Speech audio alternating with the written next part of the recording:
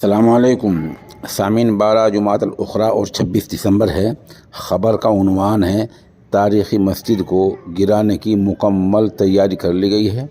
معاملہ دارالحکومت دہلی کا ہے اور مسجد 300 سالہ ہے۔ اس مطلب کی رپورٹ آج مشہور اردو روزنامہ انقلاب کے صفحہ اول پر شائع ہوئی ہے۔ میں رپورٹ کی اقتباسات اہم چیزیں پڑھ کر سنائی دیتا ہوں۔ نئی دہلی میں واقع 350 سالہ پرانی سنہری باغ مسجد کو شہید کرنے کی لگ بھگ تمام تیاریاں مکمل ہو گئی ہیں۔ اب صرف خانہ پوری کی جا رہی ہے۔ بتا دیں NDMC نے ایک گول مول نوٹس جاری کر کے مسجد کو شہید کرنے سے پہلے اعتراضات طلب کیے۔ واضح ہے کہ دہلی ٹریفک کمشنر نے مسجد کے آس پاس ٹریفک کو بآسانی گزارنے میں پریشانی کا بہانہ بناتے ہوئے NDMC کو ایک لیٹر لکھا تھا۔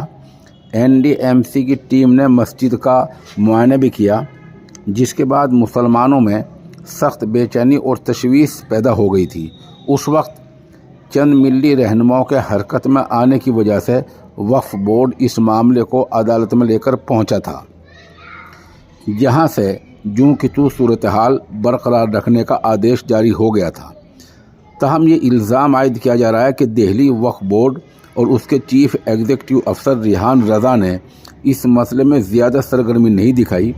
اس کے علاوہ وہ مرکزی سرکار کے ملازم ہونے کی وجہ سے دباؤ کا بھی شکار ہیں۔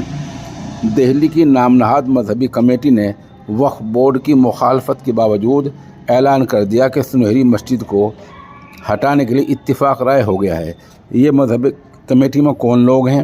اس میں صرف سرکاری افسران ہیں اور کوئی نہیں ہے۔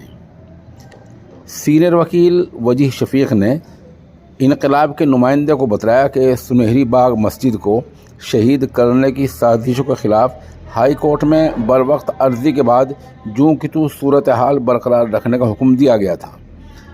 جب یہ مقدمات واپس لے لیے گئے تو وقف بورڈ کے دوسرے وکیل نے اس شرط پر عرضی پر فیصلہ لے لیا کہ حکومت خلاف قانون کوئی کارروائی نہیں کرے گی۔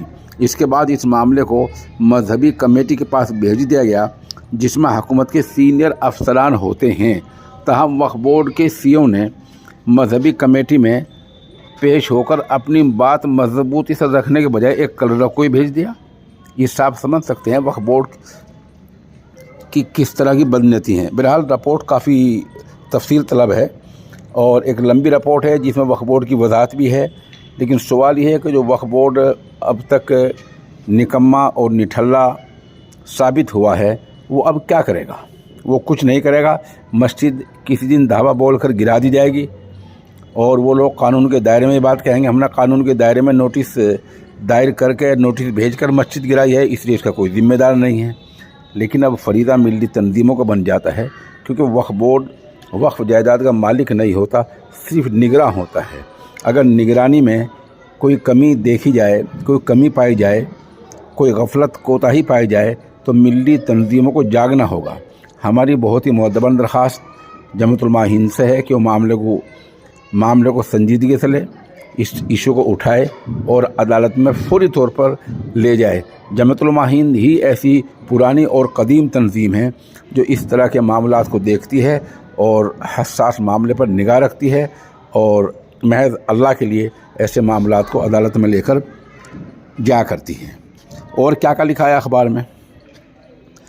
اخبار میں لکھا ہے وقف بورڈ نے کہا، دہلی وقف بورڈ کے وکیل فیروز خان نے انقلاب کے نمائندے احمد اللہ صدیقی کو بتایا کہ مذہبی کمیٹی سنہری مسجد کو منہدم کرنے کی سفارش کرنے کی مجاز نہیں ہے، کیونکہ مذہبی کمیٹی صرف غیر قانونی عمارتوں کے ڈھانے سے متعلق سفارش کر سکتی ہے۔